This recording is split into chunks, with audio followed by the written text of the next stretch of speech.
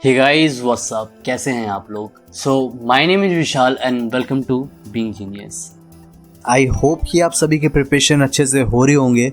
And जैसा कि last 2 videos में मैंने आपको ये बताया कि आप जेईई मेंस एग्जाम के लिए 2 महीने में कैसे प्रिपेयर कर सकते हैं, उन दोनों वीडियोस में मैंने ये बताया कि मैक्सिमम मार्क्स जिन चैप्टर से पूछे जाते हैं in physics, chemistry and maths, वो सारे चैप्टर्स के बारे में मैंने आपको डिटेल में शेयर किया। फिर दूसरी वीडियो में मैंने आपको ये बताया कि आप पूरे सिलेबस को 2 महीने में कैसे कवर कर सकते हैं। सेम उसी तरह इस वीडियो में मैं आपको ये बताऊंगा कि आप जेईई मेंस एग्जाम प्रिपरेशन के दौरान कौन सी ऐसी गलतियां हैं जो आपको नहीं करनी है, कौन सी ऐसी चीजें हैं जो आपको करनी है। और ये सारी चीजें मैं कुछ 10 पॉइंटर्स में आपसे शेयर करूंगा एंड आपको ये 10 पॉइंटर्स को दिमाग में रख के आप अपने प्रिपरेशन में आपको फॉलो करना है, तभी जाके आप एक अच्छा मार्क्स, एक अच्छा रैंक स्कोर कर पाएंगे। And guys, JEE mains 2022 exam hopefully अभी तक जो भी अपडेट्स और न्यूज़ आ रहे हैं कि मार्च में कंडक्ट होंगे। एंड इस पे मैं आपके लिए एक बहुत ही जल्दी डेडिकेटेड वीडियो अपलोड करूंगा जिसमें आपके सारे डाउट्स क्लियर हो जाएंगे। सो गाइस, वीडियो स्टार्ट करने से पहले अगर अभी तक आपने हमारे चैनल को सब्सक्राइब नहीं किया है तो चैनल को जरूर सब्सक्राइब करें और अपना प्यार और सपोर्ट दिखाएं। And guys, without wasting much more time, let's get started.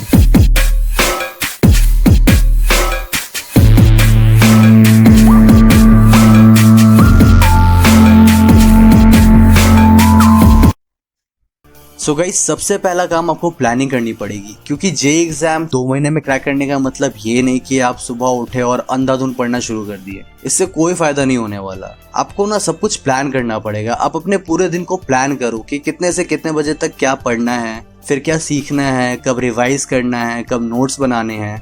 आप अपने टाइम को अपने हिसाब से डिवाइड कर लो और उसी हिसाब से वीकली और मंथली गोल्स को सेट करो। लाइक मेरे को इतने दिनों में इतना सिलेबस कवर कर लेना है, इतने चैप्टर्स खत्म कर देने हैं and other things. Routine goals को ऐसे सेट करना जो आपसे हो जाए और एटलीस्ट 12 घंटे अपने स्टडी रूटीन में जरूर ऐड करना। Now the second important thing, know about your syllabus. तैयारी शुरू करने से पहले लेटेस्ट सिलेबस का आपको पूरा नॉलेज होना चाहिए कि किस टॉपिक एंड चैप्टर पे आपको ज़्यादा ध्यान देना है, क्योंकि उसके हिसाब से ही आपको अपना स्ट्रैटेजी प्लान करना है for all the subjects. Now guys, after knowing JEE exam complete syllabus, आपको एक बहुत ही बढ़िया टाइम टेबल बनाना है जिसमें आपके पूरे दिन का रूटीन होगा कि आपको कितने देर सोना है, कितने देर पढ़ना है, कितने देर बाकी चीज़ें करनी है। और एक इम्पॉर्टेंट बात, टाइम टेबल प्लान करना और बिल्ड करना दोनों ही कंप्लीट डिफरेंट चीज़ है। आपको अपना टाइम टेबल इस हिसाब से बिल्ड करना है जिससे आपका जो मैक्सिमम आवर है वो प्रिपरेशन में आप दे पाओ। एंड आपको तीनों सब्जेक्ट्स डेली पढ़ने हैं। आप अपने हिसाब से टाइम डिवाइड कर लेना कि कितने घंटे आपको फिजिक्स पढ़ने हैं, कितने घंटे मैथ्स करना है, कितने घंटे केमिस्ट्री पढ़ना है, कितना टाइम आपको रिवीजन में देना है, कितना टाइम आपको प्रॉब्लम सॉल्विंग में देना है, कितना टाइम आपको नोट्स बनाने में देने हैं, कितना टाइम आपको फॉर्मूला रिवाइज करने में देना है। सब कुछ आपको अपने रूटीन के हिसाब से करना है। So make your time table realistic and efficient and follow it strictly. So guys, in next steps सबसे पहले आपको अपना बेसिक कंसेप्ट स्ट्रॉन्ग करना है। अगर आपका बेसिक कंसेप्ट स्ट्रॉन्ग नहीं है तो सबसे पहले आप अपना बेसिक कंसेप्ट स्ट्रॉन्ग करो, अपने बेसिक कंसेप्ट को क्लियर करो। क्योंकि अगर आपका बेसिक कंसेप्ट क्लियर होगा तो आपको जो चैप्टर्स आगे पढ़ने हैं फॉर जेईई एग्जामिनेशन, जो कि काफ़ी एडवांस लेवल की पढ़ाई है, उसको आप अच्छे से समझ पाओगे। And then only it will result in greater understanding of topics and will make it simple for you to study complicated concepts present in the syllabus as well. So guys, step number 5 is about improving your weak points. You will be stressed over some topics or formula which you cannot seem to understand and which is very common while preparing for this examination between candidates. So for this you need to give more time and focus on the topics you are having problem with. And आप कुछ छोटे notes बनाओ जो कि easily accessible हो, ताकि आप जब चाहे कंस्टेंटली जिस टॉपिक पे आपको दिक्कत आ रही है उस पर ज़्यादा ध्यान दे पाओ और उसको अच्छे से समझ पाओ।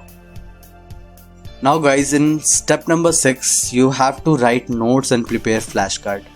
आप जो भी पढ़ रहे हो उनके नोट्स बनाओ। जो फार्मूला इक्वेशंस याद नहीं आते उसके लिए फ्लैश कार्ड्स बनाओ और अपने रूम में ऐसी जगह लगा दो जहाँ आपका ज़्यादातर फोकस रहता है। मे बी योर मिरर और स्टडी टेबल और योर लैपटॉप और एनीवेयर जहाँ आपके रूम में आपका सबसे ज़्यादा फोकस पूरे दिन में रहता है। और नोट्स को छोटे डायरीज में लिखो क्योंकि वो ज़्यादा ईजिली एसेसेबल होते हैं। आप उसको अपने पॉकेट में डाल के कहीं भी जा सकते हो और जब भी आपको फ्री टाइम मिले, आपको जिस चीज़ में भी प्रॉब्लम्स आ रही हैं, क्यूरीज हैं, कॉम्प्लिकेटेड जो भी थ्योरीज है, वो सब आप कहीं भी जब भी आपको मौका मिले आप रिवाइज कर सकते हो, आप पढ़ सकते हो, समझ सकते हो। Now guys, step number 7 is very important. It's about books and books are a person best friend, so choose it very wisely. I repeat, choose it very wisely, क्योंकि जितना ज्यादा बुक आप पढ़ोगे उतना ज्यादा कंफ्यूज हो जाओगे एंड आपके पास सिर्फ 6 महीने का ही टाइम है, so you are already out of time and you can't explore. तो जितने टॉप हाईली रिकमेंडेड बुक्स पढ़ोगे जिनमें काफ़ी इजी वे में सब कुछ अच्छे से एक्सप्लेन किया हुआ है, उतना ही अच्छा होगा। और जिन लोगों की बेस स्ट्रांग नहीं है वो सबसे पहले 11th और 12th की NCERT अच्छे से पढ़ जाओ गाइस, क्योंकि बेस स्ट्रांग होना बहुत ज़रूरी है। In next step you have to give mock test and solve sample papers.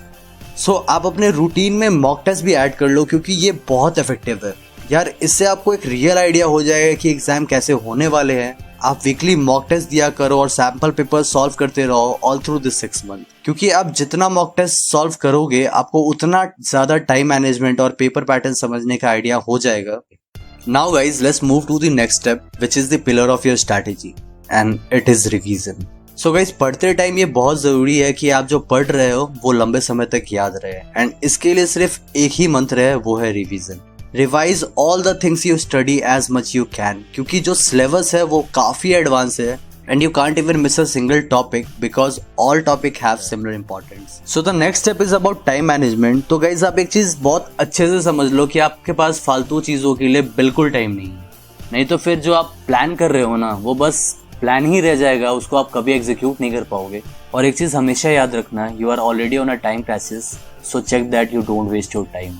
क्योंकि अगर सच में क्रैक करना है भाई, मतलब एकदम लिटरली अंदर से आवाज है, मतलब मेरे को वो एग्जाम क्रैक करना ही, IIT में जाना ही, तो टाइम को पैसा समझ लो and invested very wisely. So guys, that's it. आज की वीडियो में बस यहीं तक। आई होप कि आपको ये वीडियो पसंद आई होगी। अगर वीडियो पसंद आई तो वीडियो को जरूर लाइक करें और शेयर करना बिल्कुल ना भूलें। मैं मिलता हूँ आपसे अपनी अगली वीडियो में बहुत ही जल्द। जो भी आपकी क्यूरीज है मुझे कमेंट सेक्शन में बताएं। Till then, keep smiling, be safe, take care, जय हिंद।